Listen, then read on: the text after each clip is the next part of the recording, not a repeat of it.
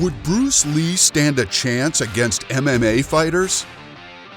Lightning fast punches, kicks that can break multiple ribs, and a style like no other on the planet. Bruce Lee is the legend that everyone can't help but love. We know that he was extremely skilled, but would he hold up to a real-life practical MMA fight with some of the greats? Hey there everyone, and welcome back to the channel. If you haven't already, hit that subscribe button to stay up to par on all things martial arts. How would Bruce Lee hold up in an MMA fighting competition? Let's find out. Of course, many would believe that he would have a chance, but others also say that he just wouldn't hold up in today's forms of fighting. But let's look at the facts.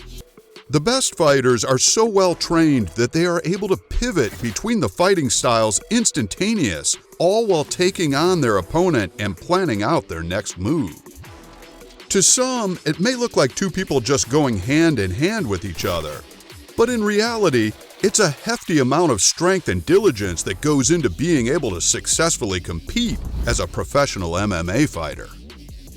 Bruce Lee was a martial arts master. Now understand one thing, Bruce did not just hone his skills from one fighting form. He would take immense time to perfect his craft through intense training methods. Doing this, Lee was able to come close to absolutely perfecting the art of Wing Chun and his creation of Jeet Kune Do. He studied heavyweight boxing and even studied the footwork of Muhammad Ali rigorously. What does all of this mean?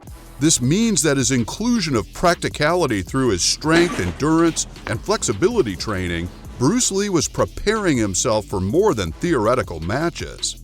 He was a force to be reckoned with.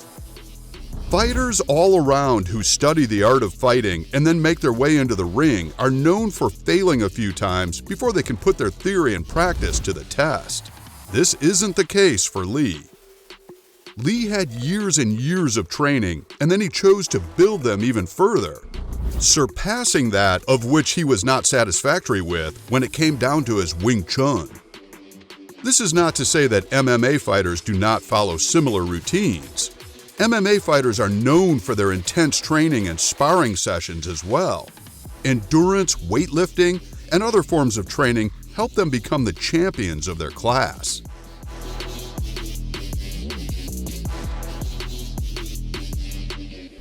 But when it boils down to Bruce Lee entering a competition with MMA fighters, the debates are all over the place.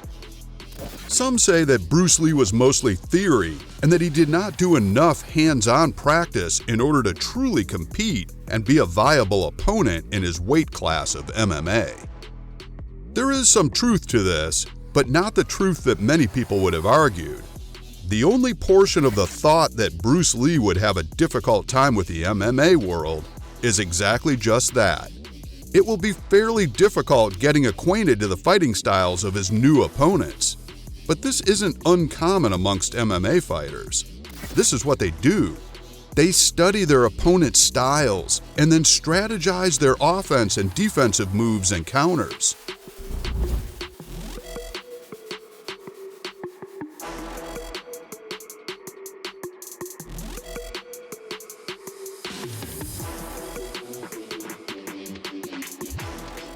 Bruce Lee was a genius. He was such a skilled trainer that came from the roots of one of the grand masters of the arts, Yip Man. He was able to study so many forms of martial arts and then turn around and be able to effectively teach others. It is one thing to know how to do something, but when you are able to reach it and have others learn how to improve upon your teachings, that is when you are most definitely have a clear understanding and mastery of the craft.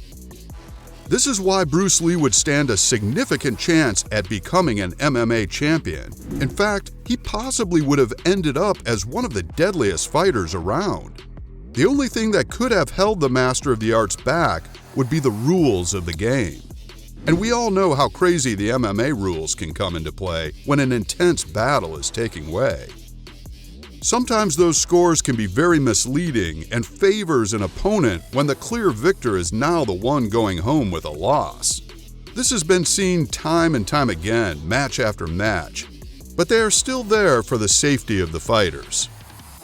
The thing about Bruce Lee is that when he competes with the highest convictions of his skill level.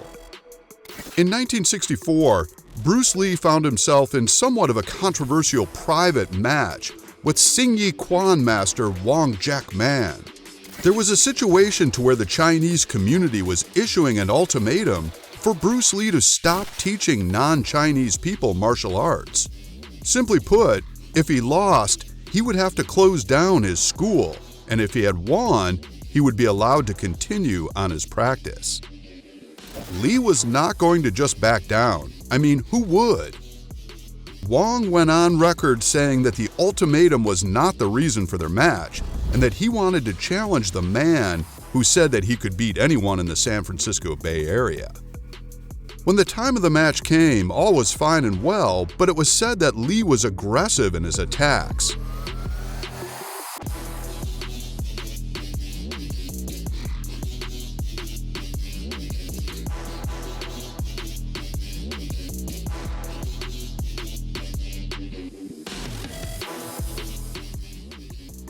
Wang said in a report that Lee allegedly thrust his hand as a spear aimed at Wang's eyes.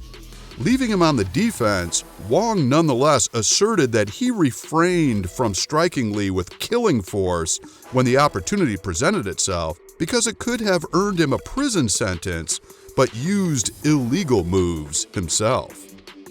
Lee was serious about owning up to his words, and this resulted in him winning the match, just as he said he would. Bruce Lee's confidence is what helped drive his skill level.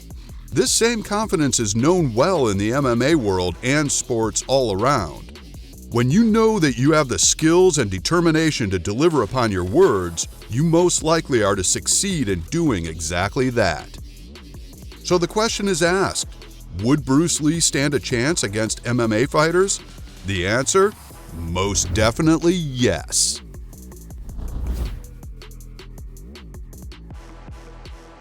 That's all the time we have today. If you haven't already, judo chop that subscribe button and stay up to date on all things martial arts, fighting, and more.